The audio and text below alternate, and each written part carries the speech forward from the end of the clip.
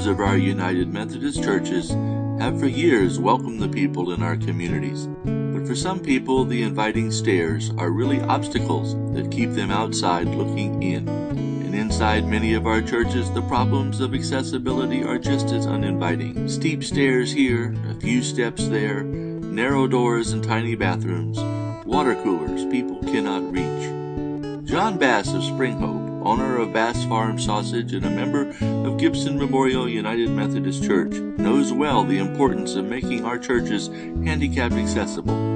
Injured in his youth, John has been a quadriplegic and wheelchair-bound for 35 years. What he has to say, we need to hear.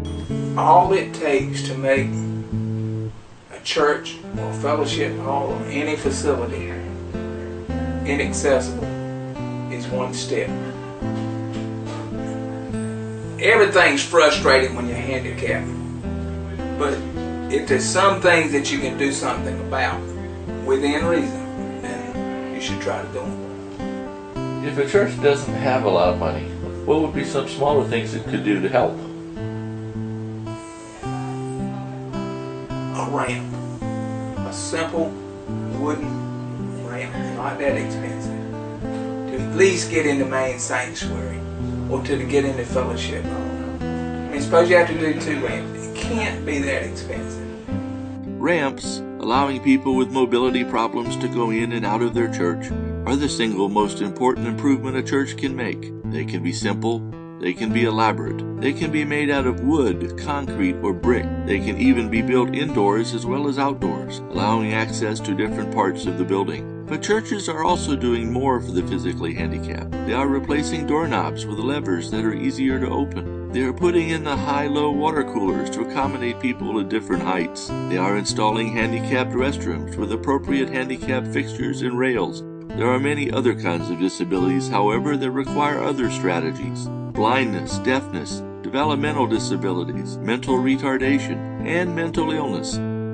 John Bass also talks about another social change that requires our churches to be prepared. No, the word handicap, you can paint it with a broad brush.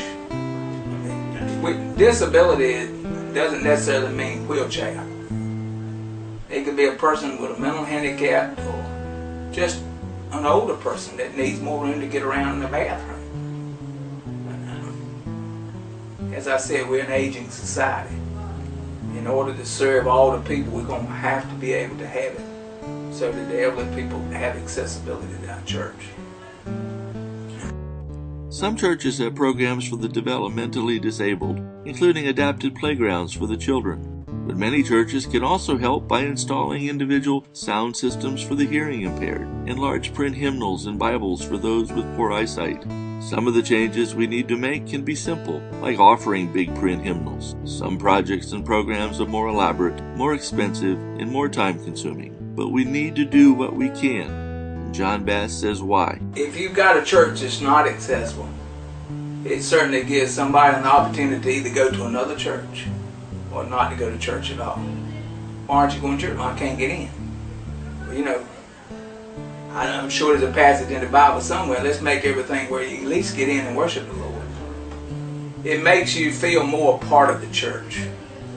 I'm a big advocate of accessibility, but I'm also a person that has rationality about there's some places in the world that I won't be able to ever get.